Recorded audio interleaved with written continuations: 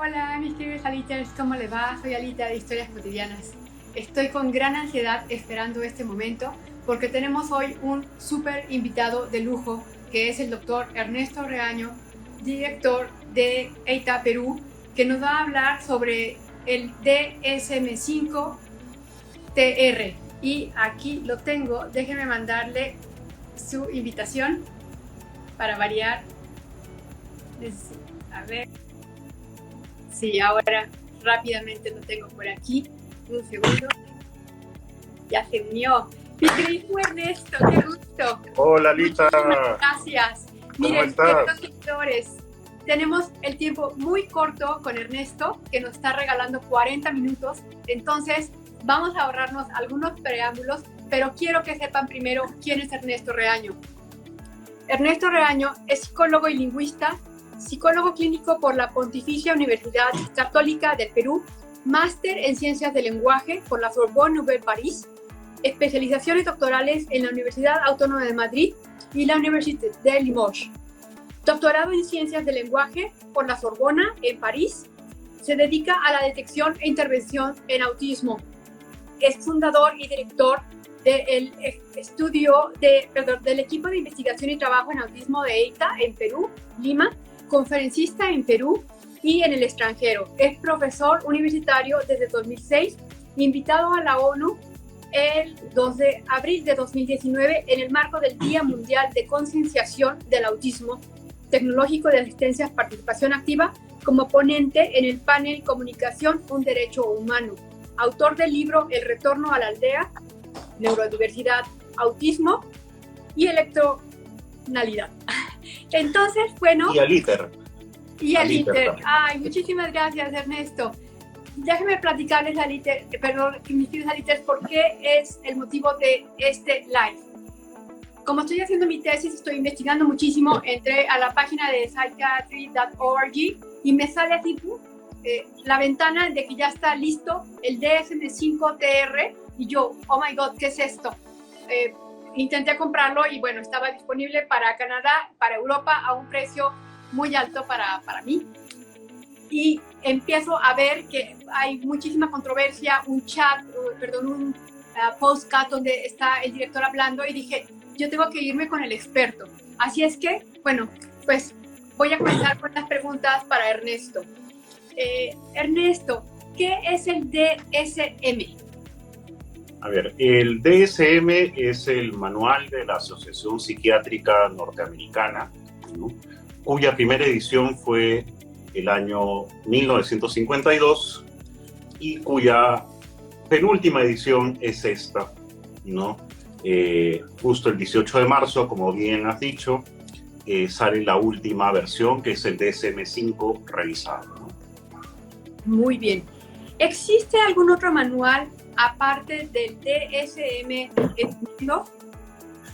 Sí, existe el manual de la Organización Mundial de la Salud, ¿no?, que es el manual para clasificar enfermedades y trastornos mentales, conocido como el CIE, ¿no?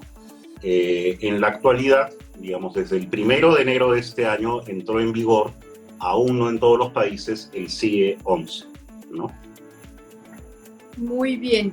¿El CIE 11 y el DSM-5 tienen la misma validez? No, y yo creo que acá hay que tener y ser muy cautos. Hay una expresión que me gusta mucho de tu país que se llama malinchista, ¿no? Se dice malinchista a alguien que prefiere lo extranjero, ¿verdad? ¿No? Por lo de la Malinche y Cortés, bueno, esa es otra historia. Entonces, por alguna razón, digamos, hay como que un cierto apego al DSM. Entonces, lo típico es que los que estudiamos psicología, ¿no?, los que estudian psiquiatría, el DSM es como la referencia. Ahora, es el manual de la Asociación Psiquiátrica Norteamericana. Ojo. Entonces, su validez es para el territorio de Estados Unidos. Para el resto de países del mundo, y como se acomodan todas las políticas públicas en materia de salud mental, es el CIE, porque es el manual de la Asociación Internacional de la Salud, ¿no? Entonces, si bien a uno le puede parecer interesante, simpático ese libro, o sea, que te ponga un diagnóstico que salga acá, en México, en España, en Perú, fuera de los Estados Unidos, pues tiene una validez simplemente declarativa para quien usa este manual, para saber ubicar. Pero en cuanto a políticas públicas, los estados se rigen o se deben regir por el CIE, en este caso el CIE 11. Qué interesante. Entonces, por ejemplo, algún psicólogo o psiquiatra que estén en algún otro país pueden utilizar perfectamente el CIE en lugar del DSM-5. Es más, o sea, uno está obligado, cuando uno coloca un diagnóstico, a usar el CIE. No estás obligado a usar el DSM. O sea, yo cuando entrego un diagnóstico pongo los dos, porque sé que hay mucha gente que utiliza esto, pero yo podría perfectamente, digamos, solamente utilizar el CIE y nadie me podría decir por qué no citas el DSM, salvo que viviese en Estados Unidos. Perfecto, yo tenía esa pregunta, que era la siguiente, pero ya me la acaba de aclarar, era que si algún psicólogo o psiquiatra fuera de Estados Unidos podía usar indistintamente uno u otro, entonces es más bien el otro, que vendría siendo el CIE en lugar del DSM, a menos que quiera mencionar ambos, ¿correcto? Claro, seguramente si por ejemplo en México, aquí en el Perú, en otros lados, uno revisa, por ejemplo, cuando se saca un carnet de discapacidad, ¿sí? Los códigos y los diagnósticos van a estar adecuados al CIE, no al DSM. Eso es importante saber. Perfecto.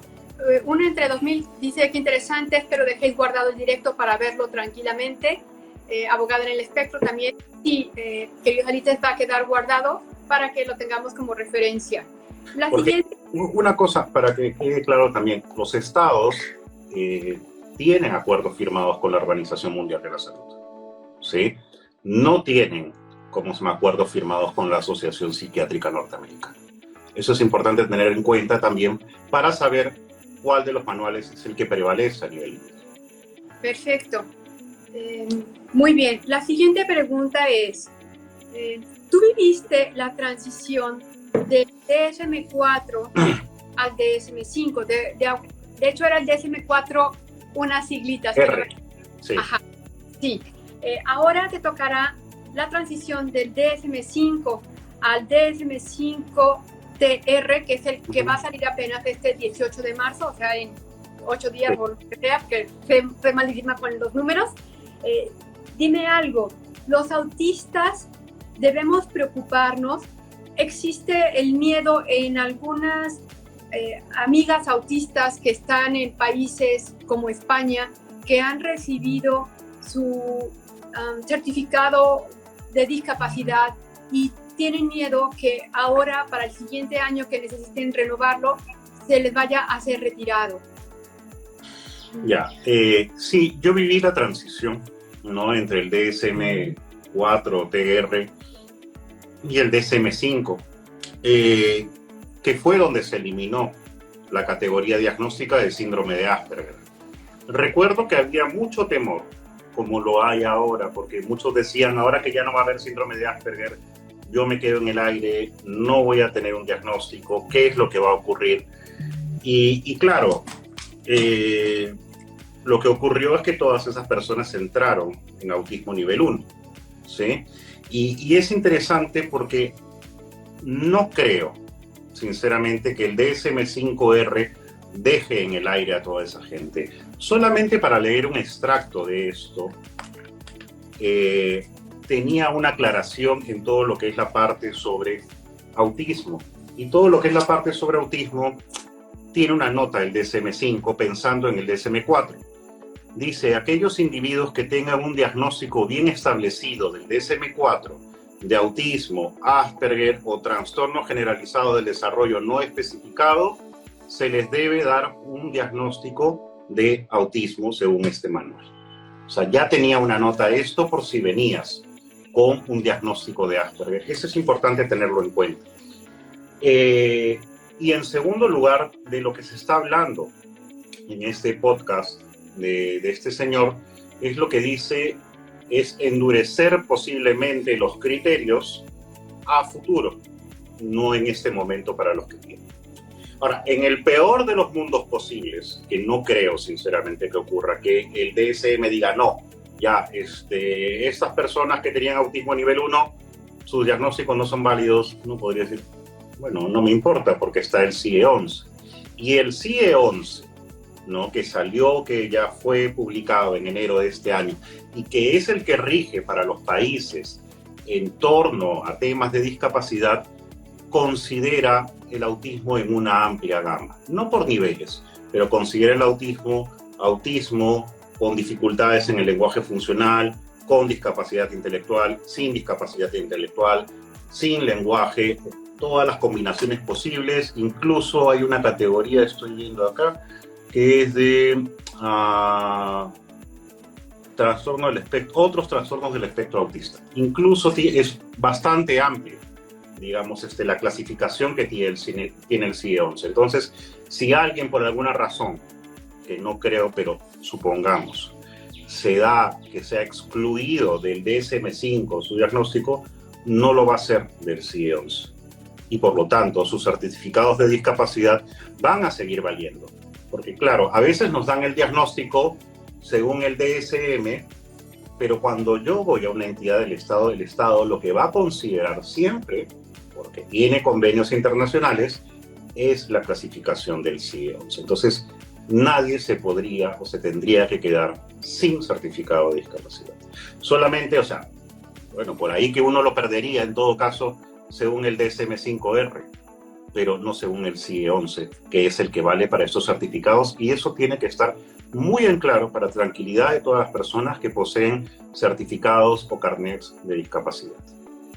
¡Qué maravilla! Fíjate que ayer estuve leyendo el post que hizo Cris, que es @maestra en el espectro, y bueno, tuvo un revuelo impresionante, y ahí alguien comentaba, bueno, obviamente sobre este miedo, pero dio un ejemplo muy claro que decía, es como, por ejemplo, yo uso lentes nivel 1, por decirte algo, o grado 1, y es como que dijera el manual, bueno, todos los que tengan grado 1 ya, automáticamente, adiós, ya, no. Ya lo tenemos. Yo sin lentes no veo a esta distancia, entonces, pues así de absurdo sería.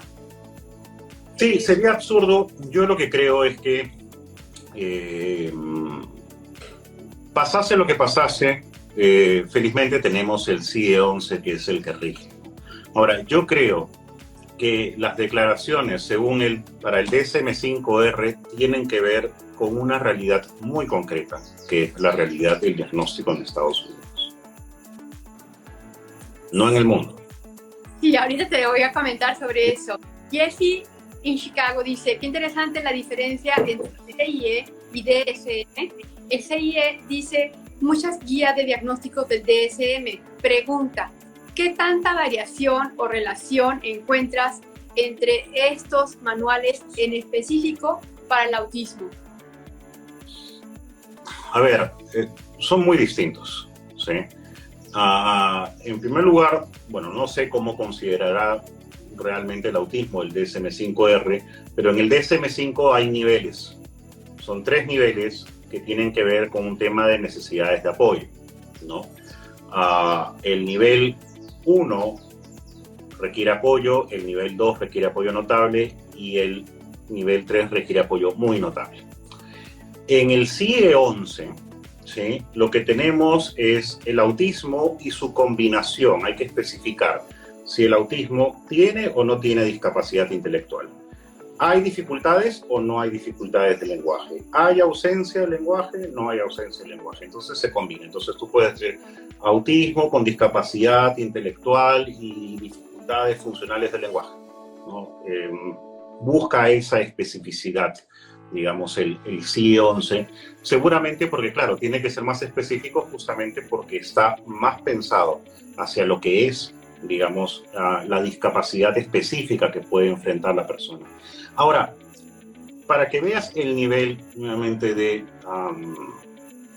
es un fenómeno bien interesante porque para que veas un poco la sacralización que tenemos al DSM-5. El 18 de febrero fue el día del Asperger, ¿no? Y como todo día del Asperger dijeron, bueno, pero ya el síndrome de Asperger no existe desde 2013. Mentira.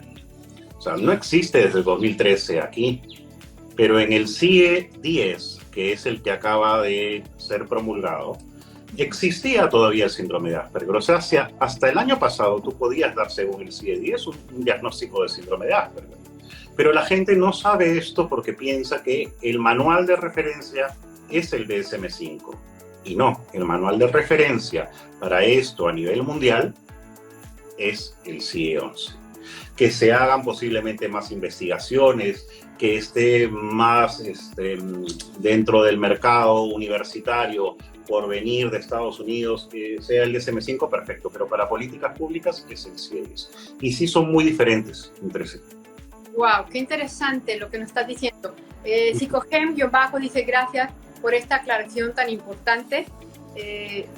Y Galati dice, y los que aún no tenemos diagnóstico, ella nos escribe de Argentina.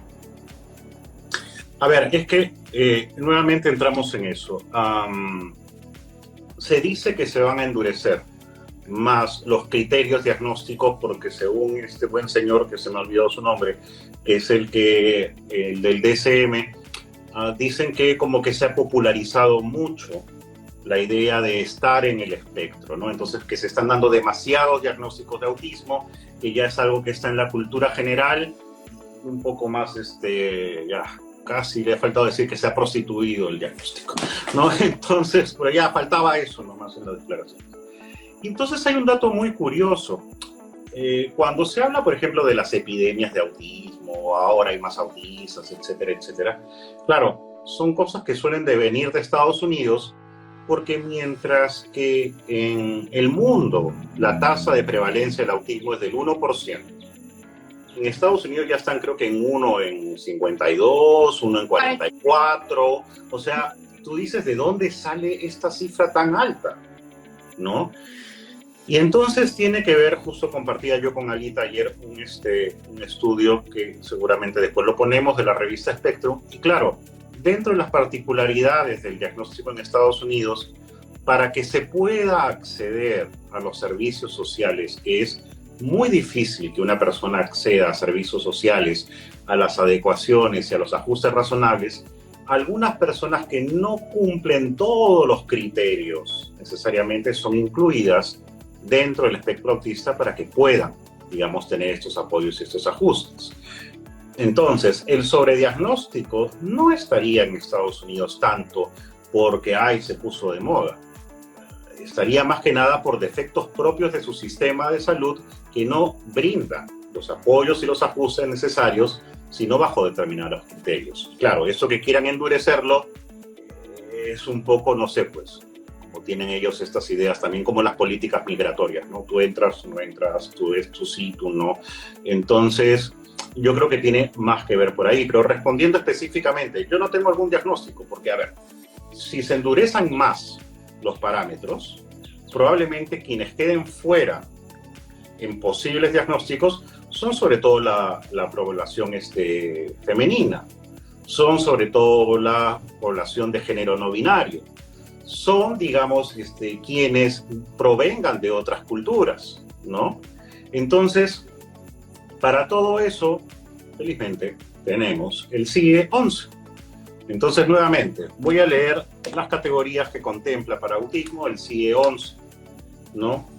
Trastorno del espectro, trastorno del desarrollo intelectual y con deficiencia leve o nula del lenguaje funcional.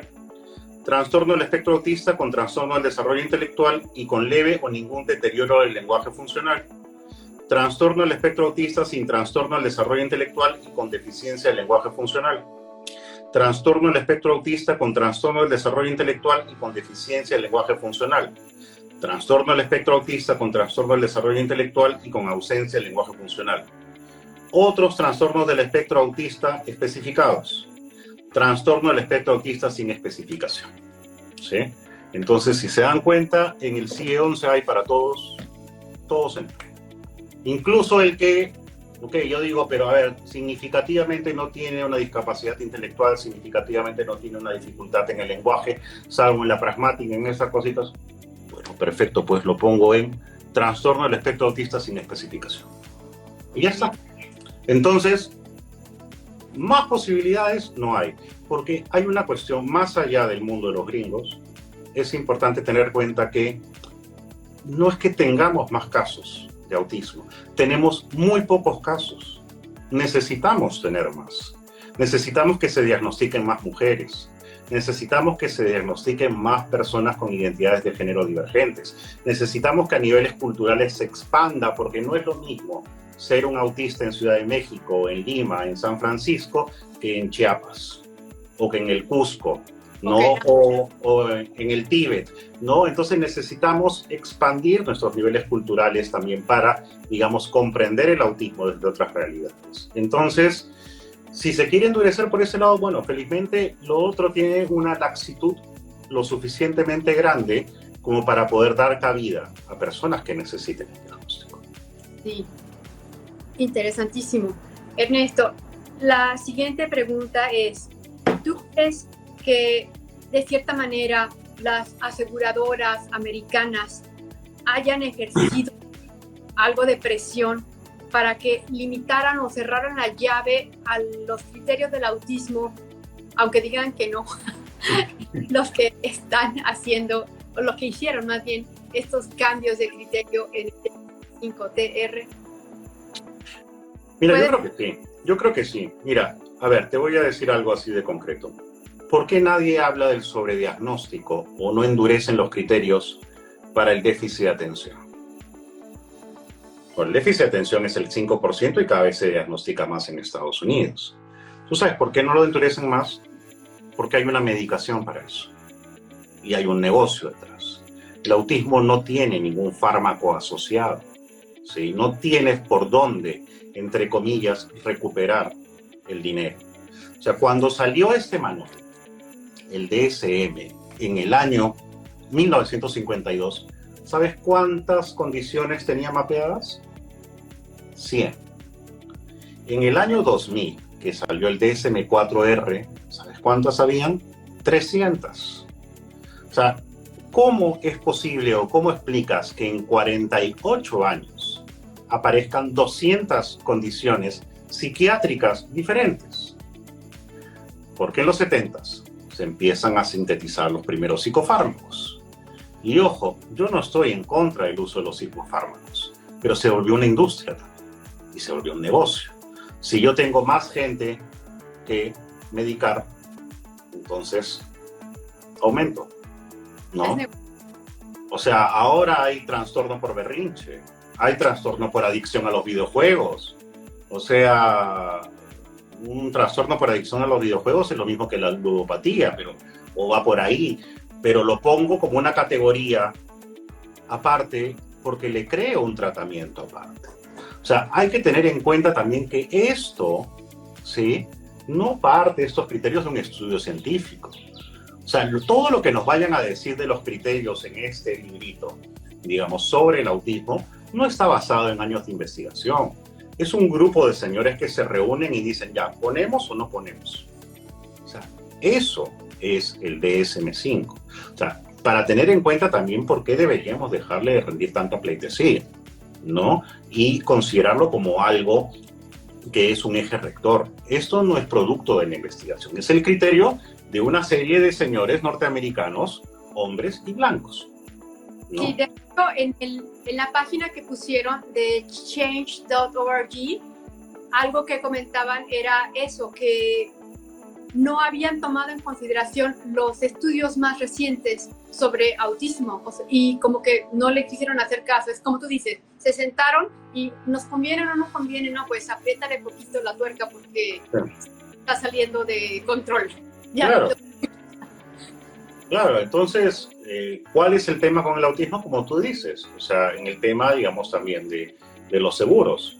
Porque, claro, yo tengo que asegurar a una persona y no tengo, o sea, medicación o para hacer más rápido o menos costoso la intervención, entre comillas, ¿no? Pues tampoco es que sea lo mejor ni la panacea medicar a las personas con déficit de atención, eso es otro debate.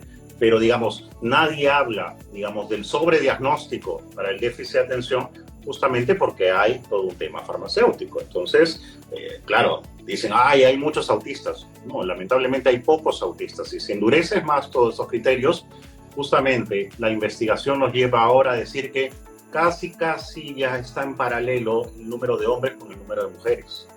Si tú endureces ciertos criterios, pensados nuevamente por señores norteamericanos que son hombres y que son blancos, ¿sí? Lo que vas a hacer es nuevamente meter la mirada masculina en los criterios, que es lo que ha hecho que durante tantos años tengamos una población altamente invisibilizada, como por ejemplo lo es la población autista en mujeres, ¿no?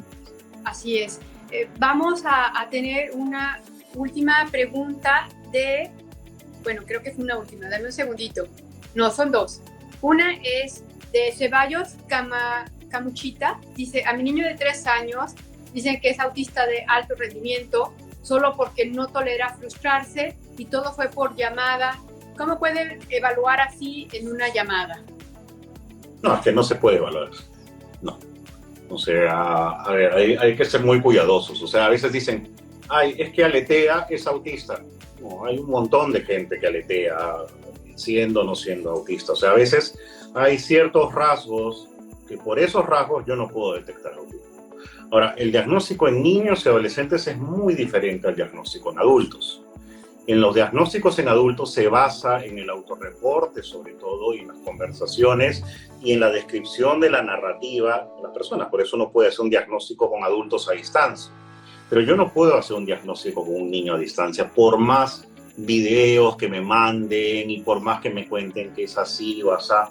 No, ahí sí tengo que verlo porque necesito esa interacción, ¿no? Sí, y no es, digamos, una única sesión nunca. Sí. Pitu Petru dice, o el sobrediagnóstico de la depresión. Igual, como hay medicamento para la depresión, pues entonces no importa que la mitad de la población esté deprimida. O la ansiedad, no todo el mundo está ansioso, todo el mundo está deprimido. Y claro, te medico, ahora a nadie le interesa por qué la persona está ansiosa o está deprimida. A nadie le interesan los contextos, a nadie le interesan las situaciones sociales, ¿no? Entonces, claro, te vendo algo. Y mientras, o sea, mira, felizmente no hay en el mundo del autismo un medicamento y eso subraya el tema de que es, digamos, una condición de vida, una condición del neurodesarrollo. Pero si hubiese algo, no estaríamos en esos problemas. Es verdad. Porque sería, digamos, nuevamente, como bien mencionan, la depresión, la ansiedad, el déficit de atención. Entonces, claro, se mete con el autismo porque el autismo interpela justamente, ¿no? O sea, hace que nosotros tengamos que modificar nuestro pensamiento y no digamos que es, ay, pues si es tan fácil, tómate esta pastilla y sé más sociable. Eso fue lo que dijo María Valenzuela, pastilla y listo. Sí, claro. Andrei, por los medicamentos. Y Pitu Petru dice, o sobrediagnostican la depresión, también eso. Abogada en el espectro dice, todos necesitamos un diagnóstico y ella agrega que dice, yo no tengo apoyos, abogada en el espectro es Leo, Canaria, dice, yo no tengo apoyo de ninguna clase y en salud mental no quisieron ni verme con fundamento en que ser autista y tener un desorden de integración sensorial no impacta en mi vida. Eso es sin palabras, sí. Si no pueden lucrar, no les importa, dice María Valenzuela. La industria farmacéutica tiene mucho poder, dice Leo, completamente de acuerdo. CDK Ciclina dice, ¿de qué manera se van a endurecer los criterios? CDK ya lo mencionaron hace, según yo en el principio, no sé si quisieras o tienes tiempo todavía de contestarle. Sí, o sea, a ver, lo que pasa es que no sabemos exactamente cómo se van a endurecer los criterios, ¿sí? O sea, la única información que tenemos es del podcast de esta persona que pertenece al comité de cambio del DSM y que dice que hay, digamos, un sobrediagnóstico. Un sobrediagnóstico porque, digamos, está de moda la frase está en el espectro y esto es algo más popular y como que cualquiera ya accede al diagnóstico y entonces básicamente por ahí, como que se hubiera desvirtuado el sentido diagnóstico, ¿no? Entonces, por eso quieren supuestamente concebir, me imagino, algún prototipo de autista donde calcen las cosas, ¿no? Con Claro. todos los peligros que eso puede suponer, ¿no? Pero para tranquilizar un poco a las personas, bueno, no sabremos exactamente qué dice hasta el 18 de marzo, ¿no? Eso es importante tenerlo en cuenta. Pero no peligra el diagnóstico de nadie, ni presente, ni futuro, porque para eso está el CIE-11, que es el de la Organización Mundial de la Salud y el que rige los estados. Que se utilice más por moda o por desconocimiento el DSM-5 no anula el hecho de que los estados firmantes de algún acuerdo con la Organización Mundial de la Salud utilizan el CIE-11. Entonces no tiene por qué desaparecer ningún certificado de discapacidad, ni presente ni futuro. Y como hemos leído hace poco, los criterios diagnósticos del CIE-11 son lo suficientemente amplios como para que cualquier persona del espectro autista pueda recibir un diagnóstico formal. Claro. Graciela Roro dice, yo no tendría dudas de que las aseguradoras hayan pedido eso, pero también es cierto que los hospitales, médicos particulares, etcétera, mandan a las aseguradoras los precios mega inflados. Vivo en Seattle. Pues sí. André Simón Ramírez dice, qué horrible y asqueante. Gracias por el trabajo que haces por informar sobre esto, Ernesto. A quienes lo vivimos de primera mano nunca nos quieren escuchar. Abogada en el espectro dice, no tienen evidencia científica. María Valenzuela dice, privilegiados. Fridiux dice, ella está aquí de México, autista también, dice, está muy interesante lo que nos explicas. Como bien dices, es importante conocer quiénes están detrás de este documento. Aventura Consciente dice, qué genial esta información, muchas gracias. Psicogem dice, no hay tratamiento farmacológico específico para el TEA, pero los psiquiatras recetan estratera, risperidona. Sí, eso podría ser motivo de otra cuestión. O sea, no hay ningún fármaco para el autismo. A veces se medica para temas que ocurren con el autismo o para trabajar ciertas cosas, por ejemplo, entre comillas, problemas conductuales. Entonces prefieren medicar a la persona que trabajar los cambios en el entorno y los cambios de actitudes respecto. Sí, se me hace súper triste, pero es verdad. Glenda Lisa Luz dice, así diagnosticaron a mi hijo en una llamada en vivo en New Jersey. Perdón, en una llamada vivo en New Jersey, Estados Unidos. Y Esquina, dice, en los últimos 3 años he escuchado que la mayoría tiene ansiedad generalizada. Yo me imagino que también para la ansiedad generalizada sí debe haber medicamento, ¿o no? Sí, claro, sí. Para todo, para todo. Glenda dice, una llamada de menos de 10 minutos, no sé qué me pasa, 23, dice, Ernesto y Alita son de lo mejor, los admiro mucho a los dos, gracias. Gracias. Y Autistic Woman dice, hola, ¿van a guardar el live? Lo agradecería. Sí, va a quedar aquí grabado y les voy a anexar el estudio que me pasó Ernesto de spectrumnews.org para que entren y lo lean. Está súper interesante, habla sobre esto del DSM. Sandra Boyano dice, el diagnóstico de autismo es muy importante para que la persona pueda tener acceso a las terapias y conductas especializadas, ¿sí? Ironcita 77 dice, me dan un consejo, mi hijo sufrió tanto en los colegios que ahora siente una gran angustia al ingresar a un aula, tiene 14 años, ¿cómo lo puedo ayudar? Y yo creo que esta sería la última pregunta. Sí, justamente a ver, Nick Walker, que es una autora autista, educadora autista también, dice, el autismo no es necesariamente una discapacidad, pero los autistas están discapacitados. ¿Qué quiere decir esto? Que es el entorno el que suele discapacitar. Y en el caso del autismo, a veces hay que hacer acomodaciones y ajustes razonables a los entornos. Pero a veces el ajuste que hay que hacer es el de nuestras actitudes. ¿Sí? Hay personas autistas que lo que necesitan es una mirada distinta nada más. Porque puede estar muy bien acondicionado el salón de clases, puede tener paneles antirruidos, puede tener una fabulosa señalización visual, etcétera, etcétera, pero un maestro que te considera un malcriado, ¿sí? Entonces, lo que tengo que adecuar y ajustar ahí es la actitud de la persona. Lamentablemente hay estos casos en estas escuelas y lo que vemos es eso, o sea, personas autistas que empiezan a sufrir de depresión y de ansiedad, no por el autismo, sino por la falta de ajustes y por las actitudes. Yo lo que le recomendaría es, en primer lugar, denunciar esa escuela, ¿no? Ante quienes se deba denunciar eso, porque eso es un atentado contra todos los principios de la inclusión educativa. Y en segundo lugar, porque nadie quiere que su hijo esté en un sitio donde no lo quieren, evidentemente.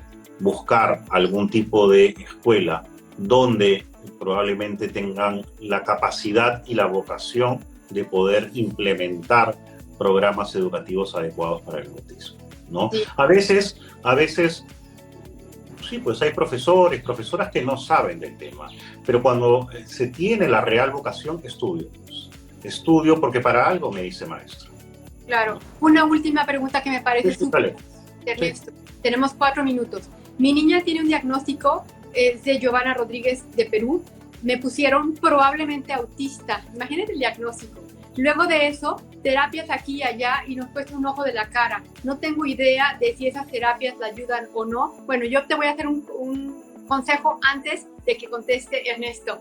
Si estás en Perú, ves que a EITA Autismo con Ernesto Regaño, él tiene su centro allá. Ahora, por favor, dinos si esas terapias ayudan o no, Ernesto.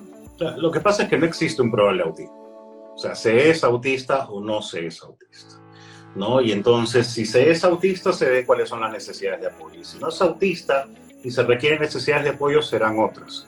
Entonces, las terapias, intervenciones están orientadas a una necesidad de apoyo.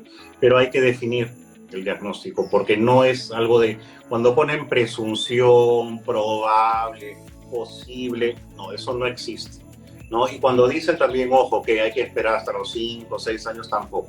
El autismo se puede diagnosticar desde el año y medio. Exactamente. Jimea dice, disculpen que no viene al caso, pero acá en Perú, ¿cuál es el procedimiento que deben pasar para ser diagnosticado?